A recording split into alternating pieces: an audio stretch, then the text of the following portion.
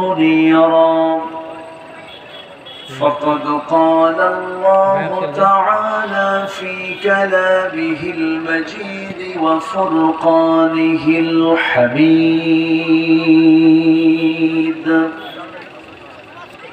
أعوذ بالله من الشيطان الرجيم بسم الله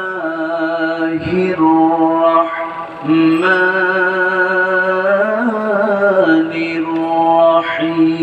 الرحيم إنما المؤمنون إخوة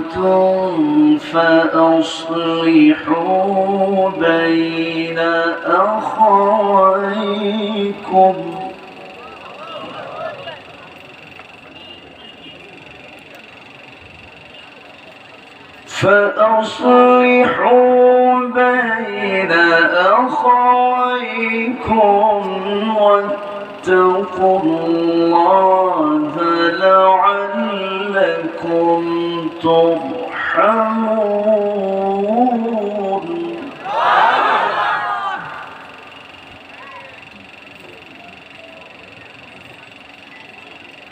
الله أكبر بسم الله الرحمن الرحيم الله أكبر إنما المؤمنون الذين آمنوا بالله ورسوله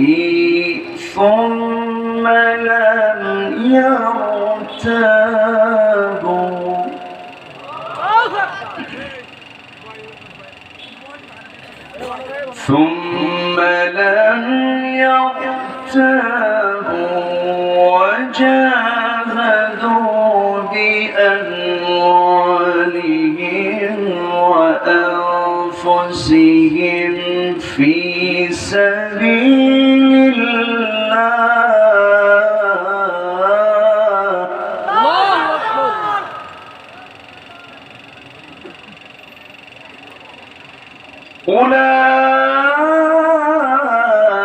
أولئك هم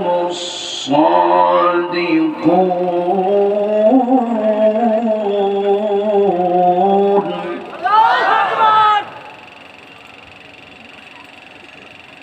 الله أكبر بسم الله الرحمن الرحيم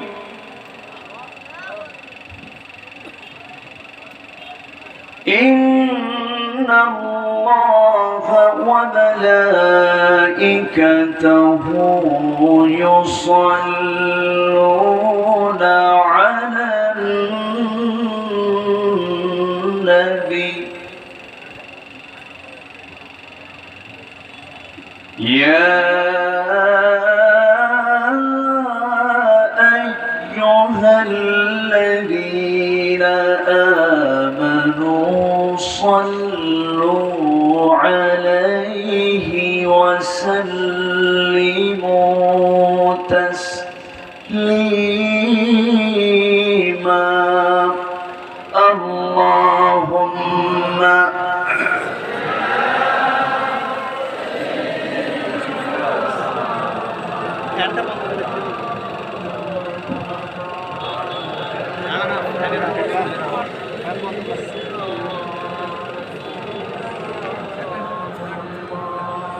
একটু মহব্বত দিয়ে নবীর প্রেমে মাতোয়ারা হয়ে জবান খুলে উচ্চ আওয়াজে সবাই বলুন আল্লাহুম্মা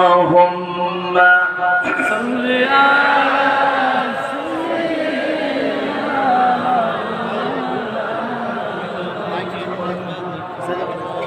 ওয়া আলা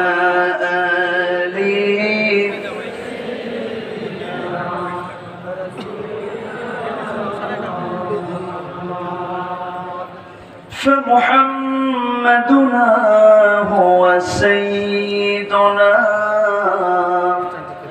فالعز لنا لإجابته اللهم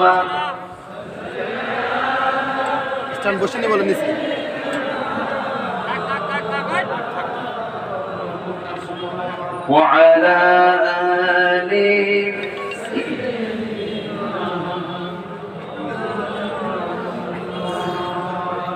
সবাই বলুন بلغ العلا بكماله كشف الدجى بجماله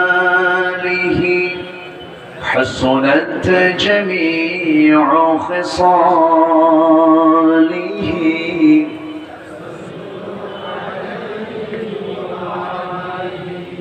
مشرق حب محمد مطلع ديوان مطلع خورشید سقاس سینه سوزان ما بلغ العلا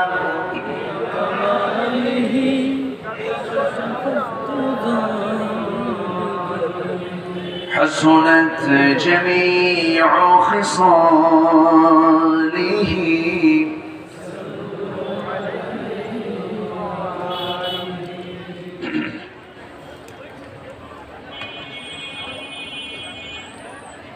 খুলনা অঞ্চলের সীমান্তবর্তী অঞ্চল সাতক্ষীরা জেলার কলারোয়া উপজেলার ঐতিহ্যবাহী বড়ালী মডেল মাদ্রাসা হাফিজিয়া ইতিমখানার উদ্যোগে আয়োজিত দুদিনব্যাপী 14তম তাফসীরুল কোরআন মাহফিল 2021 আজকের এই সমাপনী দিবসে দিনের বেলা অনুষ্ঠিত আজকের এই ঐতিহাসিক মহতের আয়োজনে সম্মানিত সুযোগ্য সভাপতি আলহাজ মাস্টার আমিনুর রহমান, আজকের প্রোগ্রামের সার্বিক পৃষ্ঠপোষক, এই গ্রামের কৃতি সন্তান, প্রথিতযশা আলেমে দ্বীন, এদেশের অগণন মানুষের হৃদয়ের স্পন্দন মুহাদ্দিস আমিরুল ইসলাম বেলালী, আমার ডান পাশে ভূমিষ্ঠ উস্তাজুল আসাতিজা, কুষ্টিয়া নিবাসী হাফিজুল কোরআন শেখ মোহাম্মদ আব্দুল্লাহ, উপস্থিত হাজারাত উলামায়ে কেরাম, বিশেষ করে আমার পূর্বে কথা বলেছেন আমার অত্যন্ত কাছে মাওলানা মনোয়ার হুসাইন মুমিন, উপস্থিত সম্মানিত মেহমানবৃন্দ, সামনে উপস্থিত আজকের মাহফিলের প্রধান আকর্ষণ, যাদেরকে নিয়ে আজকের এই সাজানো একটি বাগান, তাওহীদের পতাকাবাহী, কালেমার ঝান্ডাবাহী, দ্বীন ইসলামের নরসারদুল বীর মুজাহিদ, প্রাণ প্রিয় সম্মানিত দ্বীনি ভাইরা, আড়ালে বসে আছেন শ্রদ্ধেয়া সম্মানিতা মা বোনেরা। আলোচনার প্রারম্ভে আনুষ্ঠানিকতার মধ্য দিয়ে আমার পক্ষ থেকে আবারও দিল খোলা সালাম, আসসালামু আলাইকুম ওয়া রাহমাতুল্লাহি তাআলা ওয়া বারাকাতুহু। সবাই কেমন আছেন? আমাকেও প্রশ্ন করেছেন, এটা ভালোবাসার মহাব্বতের বহিঃপ্রকাশ। আল্লাহ পাক আমাকেও ভালো রেখেছেন আলহামদুলিল্লাহ। এই প্যান্ডামিকে, এই প্রতিকূল আবহাওয়া, যে সময় গোটা পৃথিবীর ইউরোপ আমেরিকার মতো জায়গা যেগুলো মেগাসিটি চরম ব্যস্ততায় সময় পার হয়, সেই মেগাসিটিগুলো যখন স্থবির হয়ে মুখ থুবড়ে পড়েছে, যে সময় করোনাকালীন অবস্থায় গোটা পৃথিবীর অর্থনীতি অনেক নিম্নগামী, সেই মুহূর্তে আমার দেশের মানুষ আমরা অনেক ভালো আছি বলছি আলহামদুলিল্লাহ। চিৎকার মেরে উঠছে আল্লাহুম্মা ইন্নী আসআলুকা আল হুদা ওয়াত তুকা ওয়াল আফাফা ওয়াল গিনা। সবাই বলি আল্লাহুম্মা লাকা আসলামতু ওয়া বিকা আমানতু ওয়া আলাইকা তাওয়াক্কালতু ওয়া ইলাইকা আনাবতু ওয়া বিকা খাসামতু। আমরা আল্লাহ তাআলার শুকর আদায় করে নিলাম। সম্মানিত হাজিরিন, আজকে এই জায়গায় জনতার ঢল নেমেছে। এই যে হাজার হাজার মানুষ আপনারা এসেছেন, মূলত কোনো ব্যক্তির টান নয়।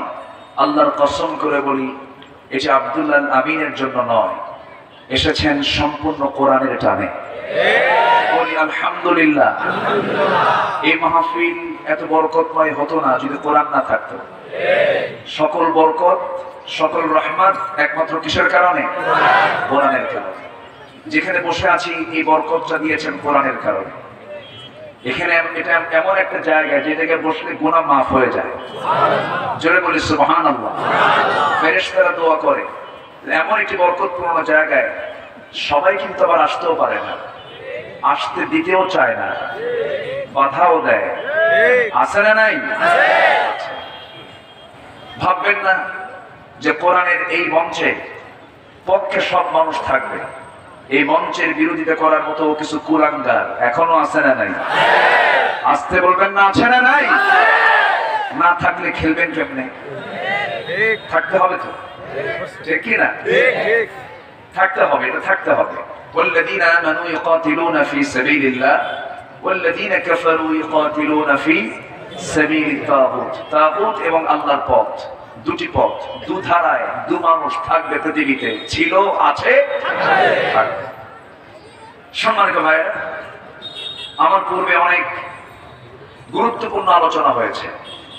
আমি পরন্ত বিকেলে খুব অল্প সময়ে কিছু কথা আমার মুখ থেকে আমি কিছু বের করতে চাচ্ছি। তবে নিজের মস্তিষ্ক প্রসূত মন গড়া কোনো কথা নয়। কথা মূলত কার কথা? ওয়াজ কি কোনো বান্দার না আল্লাহ?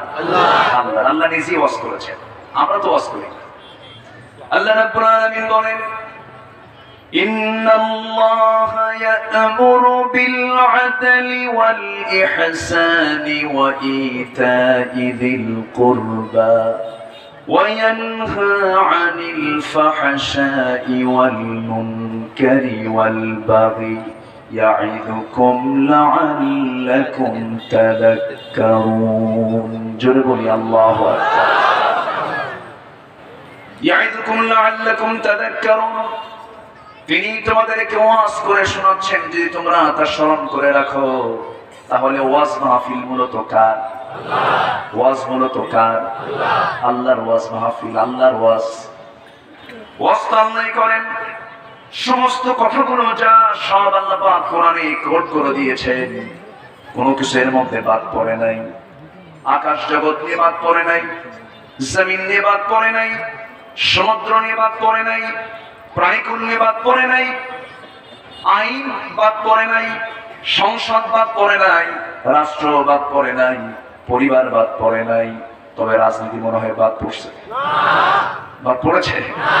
বাদ পড়ে নাই, কোনো কিছুই বাদ পড়ে নাই। সব দিয়েছেন আল্লাহ রাব্বুল আলামিন। আল্লাহ রাব্বুল আলামিন বান্দাকে বলছেন, বান্দারে আমি তোকে তোর উপরে যত নিয়ামত দিয়েছি, সকল নিয়ামতের মধ্যে শ্রেষ্ঠ নিয়ামত হলো, শ্রেষ্ঠ রহমত হলো কোরআন।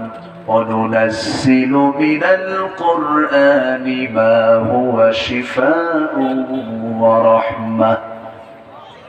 সূরা রহমান আল্লাহ রাব্বুল আলামিন বান্দাকে বারবার বিভিন্ন নিয়ামতের বর্ণনা দিয়ে বান্দাকে আল্লাহ রাব্বুল আলামিন বারবার প্রশ্ন করে বলছেন, খালাকাল ইনসান মিন সালসালিন কাল ফাখখার ওয়া খালাকাল জান্না মিন মারিজিম মিন নার।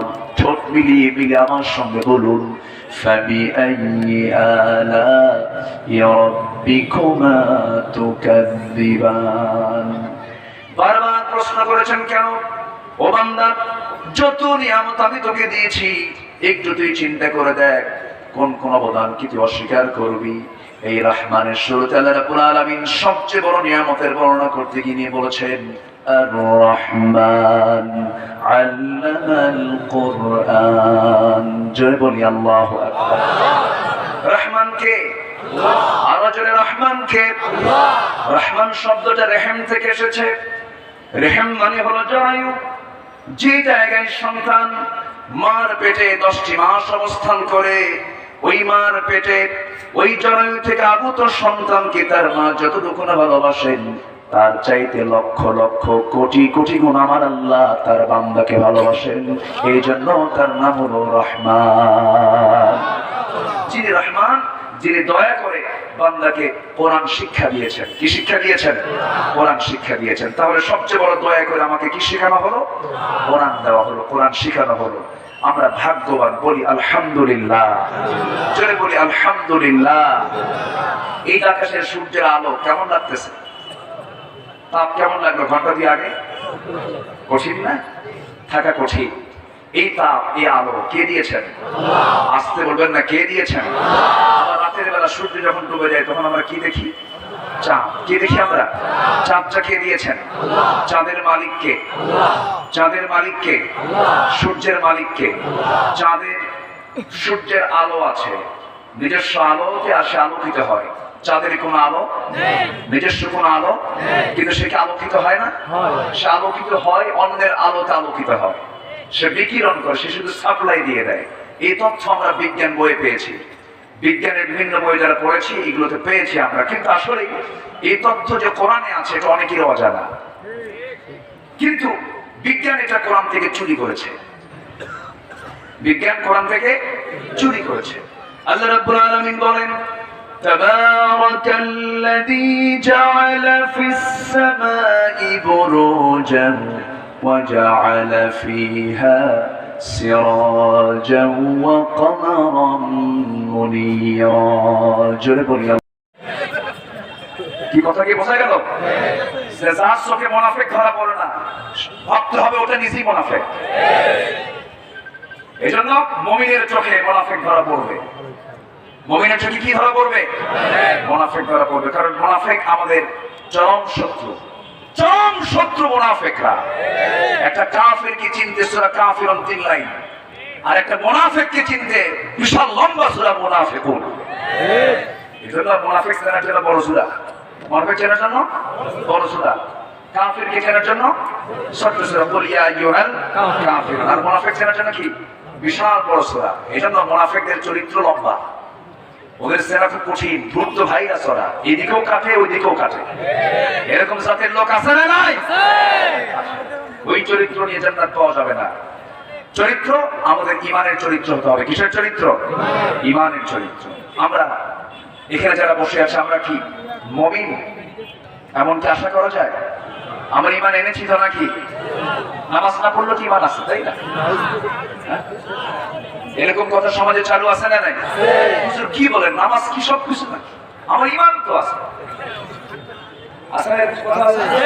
আছে। এটা কি সত্য কথা না মিথ্যা কথা? না, এটা কি বাস্তব? আসলে কি এটা কি মানে নামাজ নাই কিন্তু ঈমান আছে? এটা কি বিশ্বাস করার মতো? এটা কি বলা যাবে? নামাজ নাই ঈমান আছে, এটা কেমন কথা? দুটো সংঘর্ষিত হয়ে গেল। ঈমান যারা থাকবে নামাজ তার থাকবে, ঈমান যারা থাকবে না নামাজ তার থাকবে না। এই কথা কি বোঝা গেল? আমি কিন্তু খুব প্রান্তিক কথাগুলো বলছি, বোঝার চেষ্টা করবেন। আল ফারকু বাইনাল মুমিন ওয়াল কাফির। কাফির এবং মুমিনের মধ্যে তফাৎ হলো নামাজ। তফাৎটা কি? নামাজ। আমরা নামাজি হব। জোরে বলি ইনশাআল্লাহ। নামাজ মুসলমানকে সত্যতা শেখায় না ভ্রাতৃত্ব শেখায়? বলেন, সত্যতা শেখায় না ভ্রাতৃত্ব শেখায়? সংকীর্ণতা শেখায় না উদারতা শেখায়? আচ্ছা, এরপরে নামাজ মানুষকে অনিয়মতান্ত্রিক শেখায় না নিয়মতান্ত্রিকতা শেখায়? আচ্ছা, বিশৃঙ্খলা না শৃঙ্খলা? আচ্ছা, নেতৃত্ব না মানা না না মানা? মানে নেতৃত্ব মানা না না মানা? ইমামের আগে যদি কেউ সেজদায় যায়, বলেন হবে নামাজ? নামাজ হবে? হবে না। তাহলে নামাজ আমাকে কত কি শিখাচ্ছে? নামাজ যার নাই ও কি শিখবে? কি আমার কথা কি বোঝা গেল? সম্মানিত ভাইরা, আমরা নামাজি হব, জোরে বলি ইনশাআল্লাহ। ইমানদার যে ইমানদার সে নামাজি হবে। সেই ইমানদারকে ডাক দিয়ে আল্লাহ রাব্বুল আলামিন সূরাতুল হুজরাতে আমি দু জায়গা থেকে আমি দুটো আয়াত তেলাওয়াত করেছি, 10 এবং 15। এই দুটো আয়াত আল্লাহ রাব্বুল আলামিন মুমিনদের কিছু কথা তিনি তুলে ধরেছেন। মুমিন কারা? মুমিনটা কারা তোমরা একটু শুনে নাও। মুমিনরা কি হতে পারে তোমরা শুনে নাও। আল্লাহ রাব্বুল আলামিন বলেন, ইন্নামাল মুমিনুনা ইখওয়াতুন ফাআসলিহু বাইনা আখাওয়াইকুম ওয়াত্তাকুল্লাহা লাআল্লাকুম তুরহামুন। জোরে বলি আল্লাহু আকবার। সূরাতুল হুজরাতের ভিতরে 10টা হুকুম আল্লাহ রাব্বুল আলামিন দিয়েছেন। এর মধ্যে অন্যতম একটা হুকুম হলো, নিঃসন্দেহে যারা মুমিন হবে তারা পরস্পরের শত্রু হবে না, ভাই হবে। আজকে শত্রু হবে না, ভাই হবে। কিন্তু কোর্টগুলোতে আজকে মামলা কম না বেশি? এটা কি ভাই ভাইয়ের লক্ষণ? দু একজন করে ওঠে, যে সামনে থেকে দেখি, ওই যে দু একজন করে ওঠে, ব্যাপারটা কি?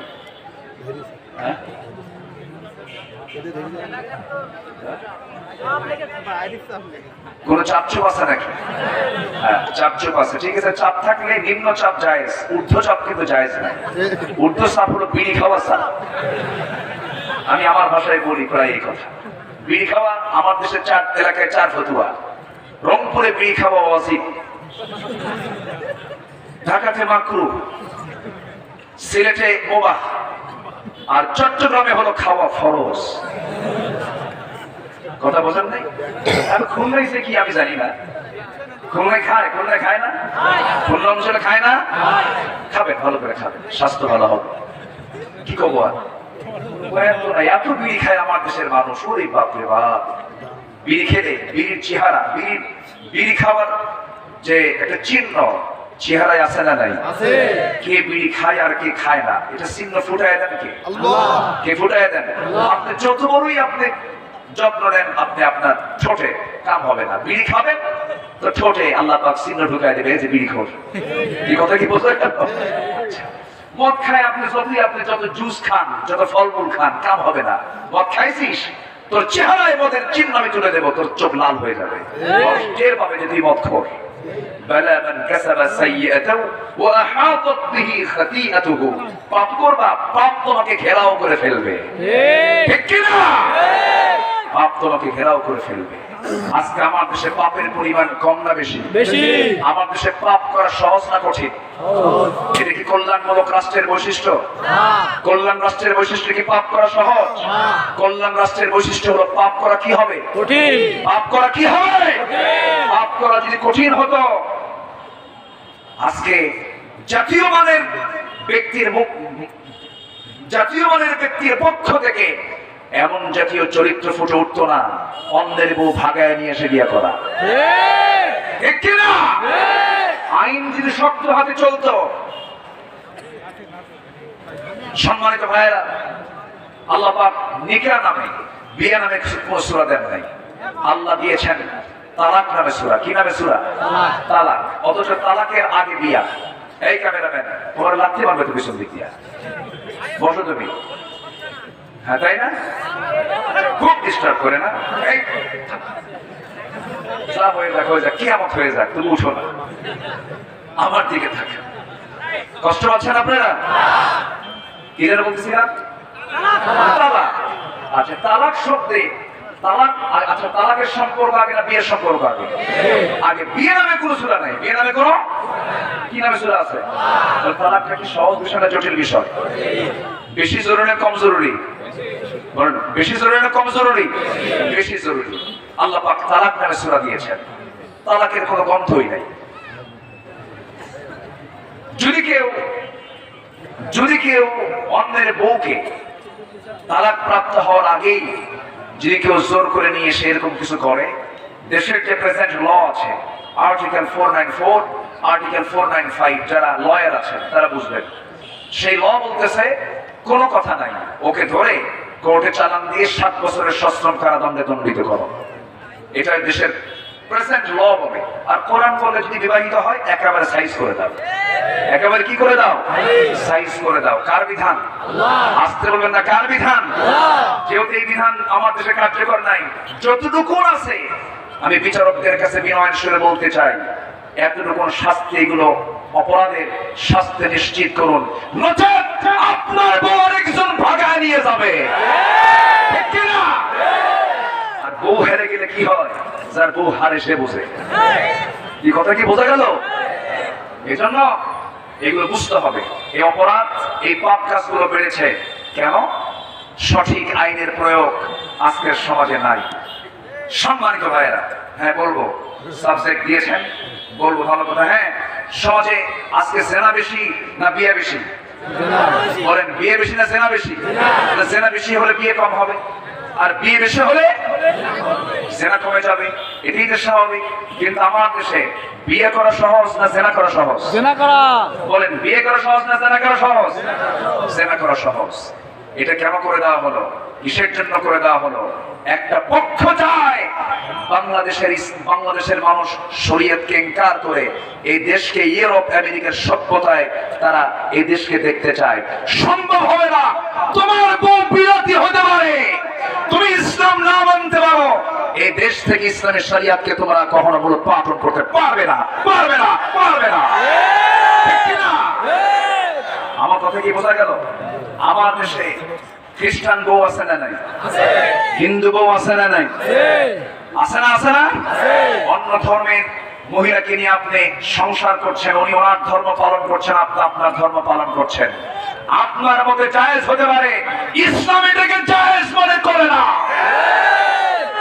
ঠিক কিনা? সংসদে দাঁড়িয়ে বলে মাননীয় স্পিকার, আমার ছেলে কলকাতার গাঙ্গুলি পরিবারের এক হিন্দু মেয়েকে বিয়ে করেছে। আমার বৌমা খুবই ভালো, আবেদা সালেহা রাবিয়া বসরি। সে যখন ঢাকায় আসে তখন সে 5 ওয়াক্ত নামাজ পড়ে, আবার যখন সে কলকাতায় যায় তখন সে পূজাও করে। এই জাতীয় লোক আছে না নাই? এটার নাম কি ইসলাম? আমরা জেনার পক্ষে কথা বলবো না। যুবক, যৌবনকে কন্ট্রোল করতে হবে। তোমার যৌবন তোমার স্ত্রীর জন্য বরাদ্দ করো। আমার মা, আপনার যৌবন আপনার স্বামীর জন্য বরাদ্দ করুন। আনন্দ পাবেন, তৃপ্তি পাবেন, শান্তি পাবেন, স্থিতিশীলতা পাবেন, সামাজিক স্থিরতা চলে আসবে। আর ওকাম কুকাম করবেন, শান্তি পাবেন না। অশান্তির আগুনে দাউ দাউ করে চলতে হবে। কার কথা? আসতে বলবেন না, কার কথা? যুবকরা বিয়ের সময় হলে আব্বাকে ডাক দিয়ে বলবো, আব্বা বিয়ে করো।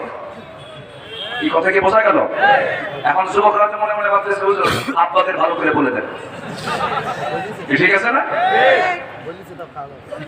বলছে তাও কাজ হচ্ছে না, বলছে তাও কাজ হচ্ছে না। এক সাহাবীর কথা মনে হলো, আমার নবীজির কাছে এসে বলছেন, ইয়া রাসূলুল্লাহ, আমি তো বিয়ে করব। রাসূল বললেন, বিয়ে করবা? করো। হুজুর মেয়ে দেখি, আমাকে কেউ পছন্দ করে না। রাসূল বললেন, কোনো চিন্তা নাই, তোমার বিয়ে হবে। হুজুর বিয়ে হবে কেমনে? আমি কোন দিন বিয়ে করবো হুজুর? চিন্তা করেন রাসূল কত ফ্রি ছিলেন। সুবহানাল্লাহ, সুবহানাল্লাহ।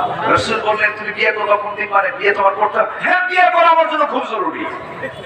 রাসূল বলেন, যাও, আমি তোমার দায়িত্ব নিলাম। কোন মেয়ে বলেন, এখনই বলেন। রাসূল বলেন, অমুক মেয়ে, অমুকের মেয়ে, ইবনে হাবের মেয়ে, আমি বলে দেবো, সব ব্যবস্থা করবো। হুজুর ব্যবস্থা 2 দিন পরে না, এক্ষুনি করেন। আস্তে করেন, সুবহানাল্লাহ। চিন্তা করেন, যারা যৌবনকে কন্ট্রোল করবে, যারা ঈমানকে বাঁচাবে, তাদের চরিত্র এমনই হবে। আর যারা বিয়ে করতে চায় না, ও বাইপাস মারে। ঠিক কিনা? এরপরে রাসূল বললেন, তুমি চিন্তা করো না, তোমার ফয়সালা হয়ে যাবে। আমি তোমাকে একটা চিঠি প্রস্তুত করে দিচ্ছি।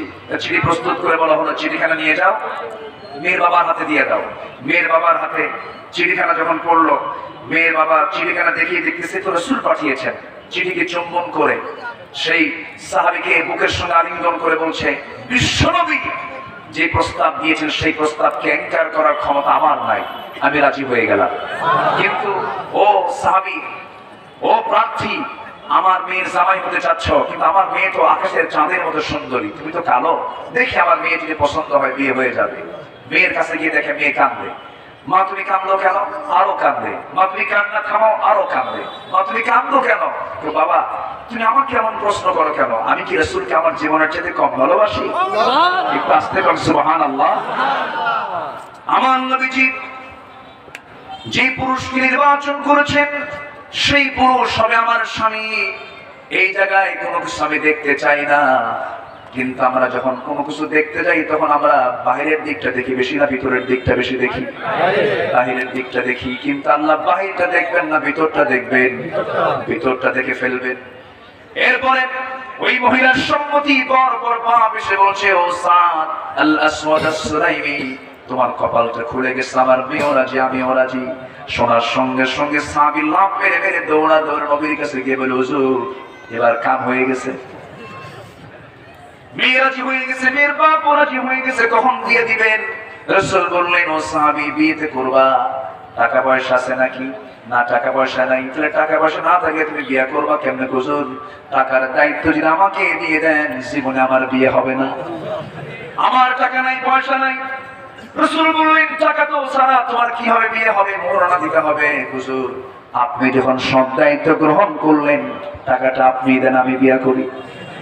যেরকম সুবহানাল্লাহ, কি সুন্দর আচরণ রাসূলের। রাসূল একটু মুসলিম হাসি মারলেন, ঠিক আছে দেখি আমার জামাইকে ডাক দে, ওসমান এদিকে আসো, নোমান এদিকে আসো। 200 200 400 দিরহাম দিয়ে বললেন, এই 400 দিরহাম তোমাকে দিলাম, যাও বিয়ের বাজার করে আনো, আগামীকালকে বিয়ে হবে, যাও, তোমার বিয়ে তার দেরি সেরি করা যাবে না।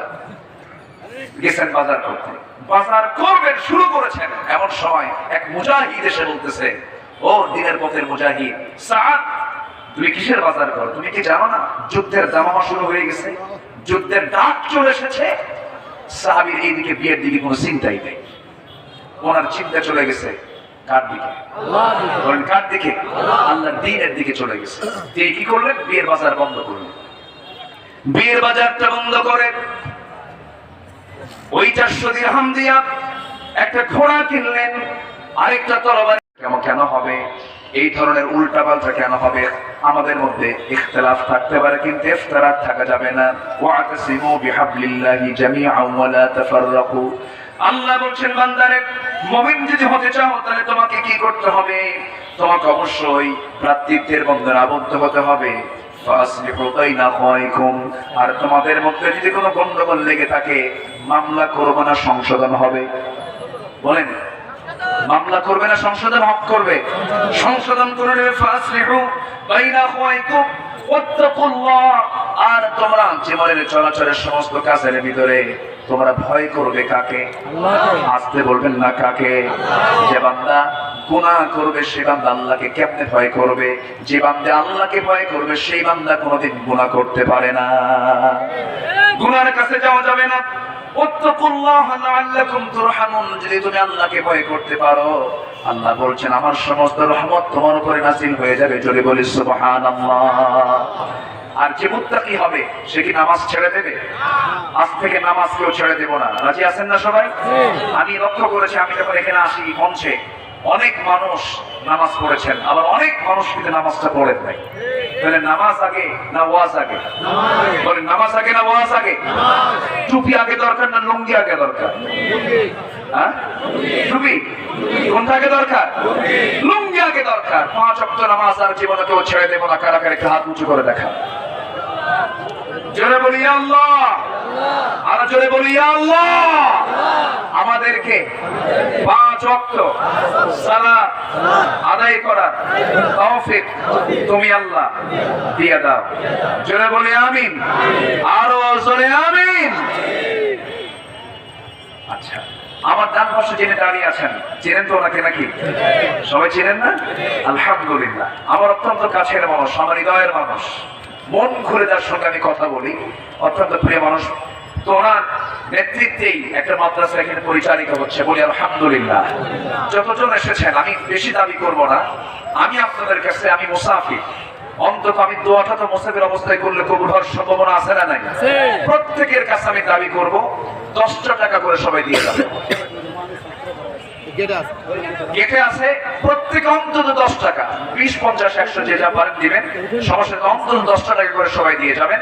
আসুন আমরা আর বিলম্ব নয়, সোজা আমরা এই দোয়ার দিকে যাব। আমরা চাই ভাই ভাইজান, আমরা বলেছি দেখেন অকৃতজ্ঞ বান্দা সেই যে তার পিতা মাতার জন্য দোয়া করতে জানে। এত সুন্দর প্রোগ্রাম, একটু 5 মিনিট দোয়া করে যাবে এর বাড়ি করে। অনুরোধ করছি আপনি একটু বসেন। ভাইয়ের সুললিত কণ্ঠে সবাই তেলাওয়াত অনেকে শুনতে চাইছে, আর যদি সময় হলে দেবেন, দোয়ার আগে দেবেন। আপনাদের জন্য বিশেষ ঘোষণা আছে, আগামী 18-19 ঐতিহাসিক সোনারপাড়া স্কুল মাঠে তাফসীর মাহফিল। সেখানে যে মেহমান আসতেছেন 18 তারিখ, বাংলাদেশের হাজার হাজার লক্ষ মুফাসসিরদের যিনি ট্রেনিং যে উস্তাদ আল্লামা কামালউদ্দিন জাফরি, 18 তারিখ, এবং শাইখ সারোয়ার হোসেন। দ্বিতীয় দিন আসতেছেন চট্টগ্রাম আন্তর্জাতিক বিশ্ববিদ্যালয়ের professor doctor PM Mofizur Rahman Azhari, উনি মিশরের আল আজহার ফাউন্ডেশনের চেয়ারম্যান। সেই মহান ব্যক্তি আসবেন 18-19 2 দিন সোনাবাড়ি স্কুল মাঠে। আমার জানা মতে বাংলাদেশের সব তাফসীর কারকরা, আমাদের মতো সমস্ত বক্তারাই, তাদেরকে আমরা উস্তাদ মানি, তাফসীর শুনবেন। মেহরবানি করে ভাইরা, আরেকটি বিষয় হলো আপনাদের জ্ঞাতার্থে জানাচ্ছি, যাওয়ার সময় রাস্তার 2 কর্নারে আমাদের হাফের ছেলেরা 6 জন এতিমখানা আছে। ভাইজান বলেছেন ভাইজানকে চা খাওয়ার 10 টাকা খরচ হয়, 10 টাকা আপনার রঘুমালে দিয়ে যাবেন, এবং 2 কর্নারে 3 কর্নারে আছে দিয়ে যাবেন। তৃতীয় হলো সম্মানিত ভাইরা, আজকের মাহফিল কমিটির সমস্ত দায়িত্বশীলদের দৃষ্টি আকর্ষণ করছি, মাগরিবের নামাজ পড়ে অফিসে দেখা করবেন, এবং আগামীকাল সকাল 8টায় আয় ব্যয় হিসাব নিকাশের মিটিং। যাদের কাছে কুপন আছে, যার হিসাব নিকাশ আছে, প্রত্যেকেই এবং মাহফিল কমিটির দায়িত্বশীল কর্মীরা হাজির হবে সকাল 8টায় মিটিং। আলহামদুলিল্লাহ। এরপর আরেকটা কথা হলো, আমাদের সেক্রেটারি দোয়া সেন্টার বৌমা সালেহা ইন্তেকাল করেছেন, দোয়া চেয়েছেন, আল্লাহ তাকে জান্নাতবাসী করুক। মিনি নামের আমাদের একটি ভাইজি সাকাউদ্দিন ভাই মারা গেছেন, 500 টাকা দিয়ে দোয়া চেয়েছেন, তাদের দোয়া হবে। এরপরে আমার ভাই রফিকুল ইসলাম আমার কাছে এইমাত্র 1000 টাকা দিয়ে বললেন, আব্বা তো পিছনে কবরে ঘুমিয়ে আছে। আর আমার বড় বোন মারা গেছেন, দোয়া চেয়েছি, 1000 টাকা দান করেছেন।